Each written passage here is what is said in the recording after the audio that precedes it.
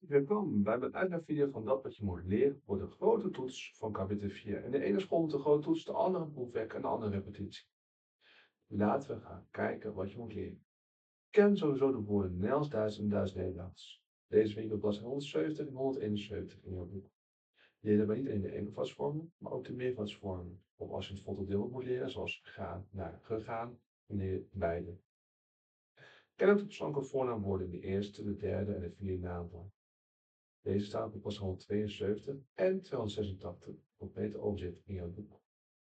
Je kent ook de hem-regel en de aan-hem-voor-hem-regel. Deze ken je uit een aantekening die ik je gegeven heb uit mijn uitlegvideo's. Tot slot kan het zijn dat je in de grote toets een aantal inleesvragen krijgt. Denk bijvoorbeeld aan leestekst. Door goed mee te doen tijdens de leesteksten tijdens de lessen leer je het beste van. Succes met leren. Tjuf!